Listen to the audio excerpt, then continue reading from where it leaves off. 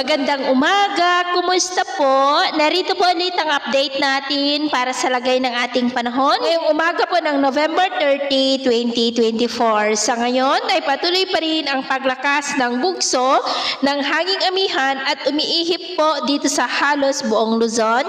Habang mayroon pong intertropical convergence zone na nakakaapekto naman sa may Mindanao at ang shear line ay nakakaapekto po dyan sa may Eastern Visayas na nagdudulot po ngayon ng malalakas na ulan sa Eastern Visayas at magpapaulan rin yan sa Kabisayaan at Southern Luzon hanggang mamayang gabi. At sa atin pong long range forecast, maliban sa posibleng pamumuo ng low pressure area sa silangan ng ating bansa ay wala naman pong bagyo na namamataan na tatawid po dito sa ating kalupaan for the next 2 weeks, pero posible pa po ang mga biglaang pagbabago.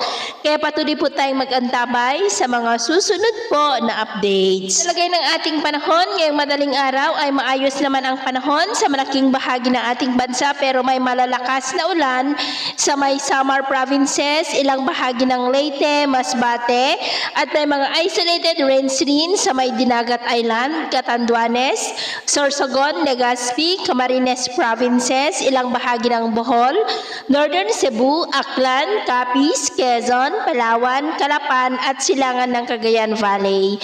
At mamaya ay sisikat po ang araw sa malaking bahagi ng ating bansa, pero may malalakas pa rin na ulan sa Samar provinces, ilang bahagi ng Bicol region at cloudy skies with isolated rains rin sa ilang bahagi ng Sulu Archipelago, Zamboanga Peninsula, Calapan, ilang bahagi ng Calabarzon, Metro Manila, ilang bahagi po ng Cagayan Valley. At mamayang hapon, posible pa rin ang malalakas na ulan sa Bicol region, Samar provinces at may mga isolated rains rin sa ilan pang bahagi ng Visayas, Mindanao at ilang bahagi ng Northern Luzon.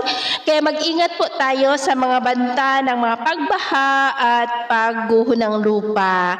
At sa atin naman pong mga baybayin, iwasan na po muna natin ang papalaot sa kanlurang baybayin ng Luzon, extreme Northern Luzon Seaboard, Cagayan Seaboard at silangang baybayin ng Luzon at Visayas dahil ang mga alon dyan ay posible po na aabot hanggang sa 5 to 12 feet. Kaya hanggat maaari ay iwasan na po muna natin ang papalaot dyan sa mga may kulay pula para mas makaiwas sa mga sakunang pangkaragatan. So ito po ang latest update natin sa araw na ito. At ako po muli si James na nagsasabing sa kahit anong pagsubok po na darating sa ating buhay, huwag na huwag po tayong mawawalan ng pag-asa. Thank you and God bless!